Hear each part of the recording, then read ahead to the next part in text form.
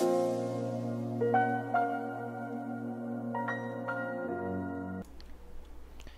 this game, we're looking at Chappie from Team Empire. They're playing up against Virtus Pro. The first thing that is going to happen in this lane is that the Warlock is going to smoke, and he's going to place a ward up on this high ground. And they are expecting to be playing against an offlane Batrider here, so they don't want to give the Batrider these camps to work with. This is something very important to keep in mind. If your enemy offlaner is a hero that is likely to jungle and can do so quickly, like a Batrider can, it is most crucial that you try to interfere with his farming of these creep camps, so that he's not just gonna show up to the lane and be super strong, even though you do a really good job at zoning him out from the beginning of the game. So the PA is going to start with the same items that I've been talking about: Stout Shield, Tango, and Healing Salve. He also picks up a Clarity here, which is pretty good on a hero like a Phantom Assassin, because he's not expecting them to play against an enemy tri-lane or anything here, so he knows that if the Batrider is gonna show up at all in lane, he just wants to be able to throw out as many daggers as possible, and he's very likely to not lose this Clarity, as they are in a 3 versus 1 scenario, and the Batrider probably won't be able to hit him. So as I said earlier, this is the point where the creeps start running slower, so he's going to be running up against the creep wave at that point and block it down as much as possible. And the support are doing a good job at making sure that the Batrider is not farming, because if the Batrider is allowed to farm these couple of camps while you are sitting here in lane farming, then he's probably just going to show up to the lane and he's going to be very strong, and you're going to have a hard time dealing with him. However, if he's kept at level 1, he's not really a threat, and it's not going to be a problem. So the PA's job in this lane is to just sit back and farm pretty much. So this is all how this lane goes, and how this is played out. It's mostly on the supports. As you can see, the Ogre is down here zoning out the Batrider, preventing him from farming up this camp, and Warlock is doing exactly what he should be doing in a lane when the PA has complete free farm and the Batrider is zoned out of the lane. He is stacking the easy camp, and then he is pulling the easy camp. So the PA doesn't necessarily have to care too much about keeping the lane control here. Batrider is running over to the lane to get a couple of creeps of EXP, and this is pretty hard to prevent, especially since the Ogre is out trying to snipe a courier and unfortunately not get it. So the Batrider gets a couple of creeps of EXP. So as a carry player in that scenario, just do your best to try to deny those creeps off. And super crucial that the Batrider is not allowed to make this pull over to the side. You're not going to let him, but it's worth reiterating that this camp is very, very important and plays a crucial role. If the Batrider gets a pull off to the side here, then you're going to be giving him way too much. Like, that should not be happening. So the Warlock is farming the camp up. He hit level 2, and PA is doing as he should, just keep sitting in the lane. He did get himself a Quelling Blade, which I like. Quelling Blade pays for itself when it secures 2 less hits for you.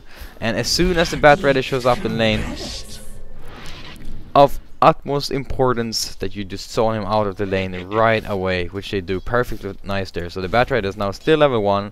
He is now farming up this camp. He did pick up a bounty rune, a couple of creeps of XP from the lane, so he's almost level 2. So he did hit level 2 there, and he's able to run up at the shrine and activate it. And I don't think the supports are actually able to fight this Batrider. Nope, Ogre has to TP out. So at this point now, the Batrider is gonna... The PA has to run over. He has to sacrifice some creeps here to run over to the support to help him to make sure he doesn't die. So at this point, the Batrider is going to be able to get some farm, and I hope that he's going to stack this camp at this time. Yeah, so now you stack this camp.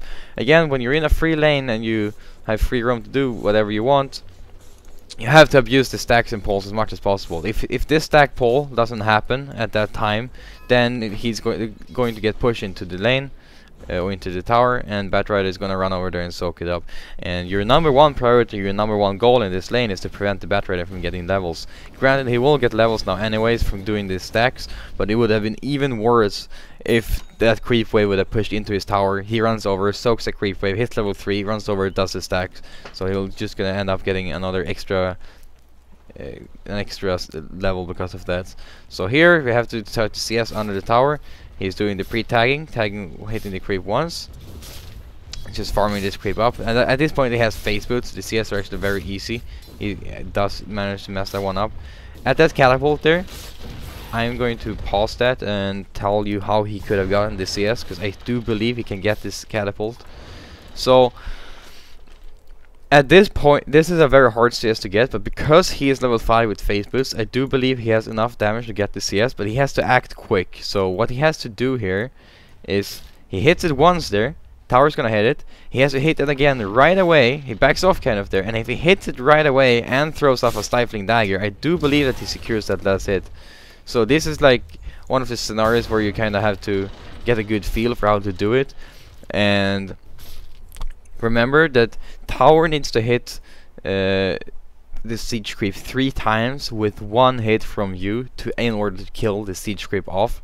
And knowing that, you need to do a ton of damage to this catapult in order to be able to secure this last hit, because if you just if he just waits here, lets the tower hit 3 times and creeps does a little bit of damage, there's also a way that he maybe can secure the CS. But probably not. Probably not. So if he hits that creep twice fast and throws out a stifling dagger, I do believe that he gets that CS. But this is all like, they're harder CS to get for sure. And but as a carry player, you should always strive to get every single CS, I guess, often as you can. There are going to be CS that are impossible to get, of course. So here he does choose to TP out of the lane at an early stage to kill the Timbersaw, and this is what I was talking about with making early rotations as the carry player. That if you can get a good something out of your rotation, and in this case he just TPs to the mid lane and he's able to run right back over to the top. He barely even misses a creep by doing this, and he secures a kill onto the enemy mid Timbersaw, which is of, you know, biggest importance. Is probably the #1 priority target to kill. Makes this TP very worth it, and this is all comes back to, as I've been talking about, recognizing your role in the team. This PA's role in the team is not to sit back and AFK farm this lane for as long as he can, but his role in the team is to make moves and make stuff happen, because he's not going to be buying like a Battle Fury and just farming up. That's not gonna happen. But instead he knows that he should get an early TP and be ready to participate in fights whenever possible. At the same time, the Warlock is left in the lane, and he's left to the stacks and poles, and he's also getting levels. So you should think about, when you TP out, what you're getting out of the TP and what you're getting in return, right? So what he is getting out of the TP is that he is getting a kill onto the Timbersaw.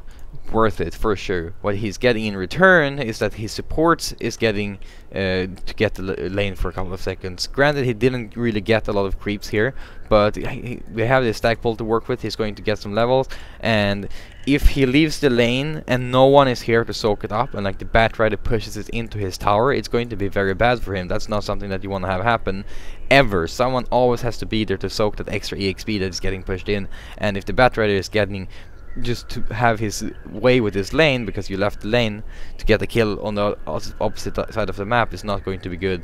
Especially if you TP to the off lane and the Batrider is now left in like a 1v1 scenario against the Warlock. He just pushes the lane in, maybe even kills the Warlock, creeps on the tower, no one's getting it. That's awful for you. That is absolute worst case scenario.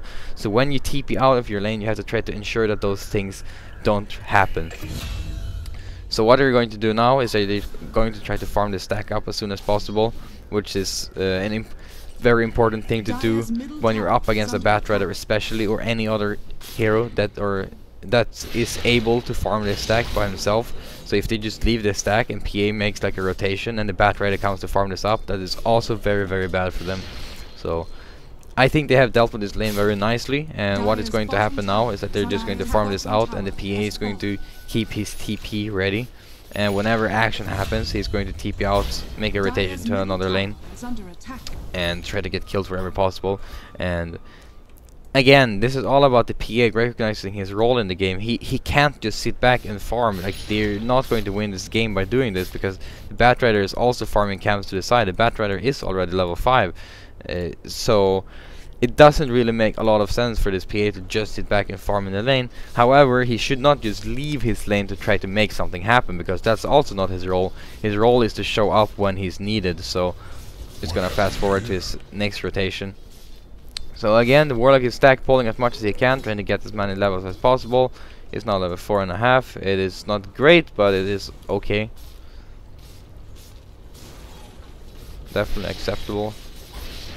And you're pushing this out, blah blah, and he makes a rotation. So he's not the one to. He is the one who sets this up by TPing in, but he is waiting until the enemy team puts themselves in a bad position enough for him to TP in. So I'm gonna go back again. So this is all about keeping a TP on yourself and recognizing a situation in another lane for when you can do something, because he is not going to just like dive this Batrider and kill him when he's farming under the tower. Like, the Batrider is getting whatever he wants from this lane right now anyways. So then he is standing here in the fog for a sec and he's thinking over his choices. Like, what choices do I have? Either I stay in this lane and I try to fight the Batrider off, who is now fireflying on the creep under the tower, and he is level 6. So you are not going to be fighting this Batrider off unless you have 3 heroes and you're diving this guy. So what is his other options? A, I can go towards mid. What's mid? Oh, there's a Timbersaw mid, and he probably has a bunch of points into his reactive armor. He's not going to die. That's not happening. What's my other choices? I can go to the off lane. And what is happening in the off lane? So they have an Earth Spirit who is pretty far up, and there's a shrine here that you can TP into. So this is not a guaranteed kill by any means. It's still stretching it a little bit into the risky zone, because the Earth Spirit might be able to get away before the centaur has Stampede, and he's a full level away from Stampede. But in his mind, he is making the calculated decision that this is probably his best play, because not only does he give himself a chance to get a kill onto this Earth Spirit, but he's also leaving the lane for his supports, who is now level 4, and he desperately wants his level 6. So he frees up some space for his support by doing this.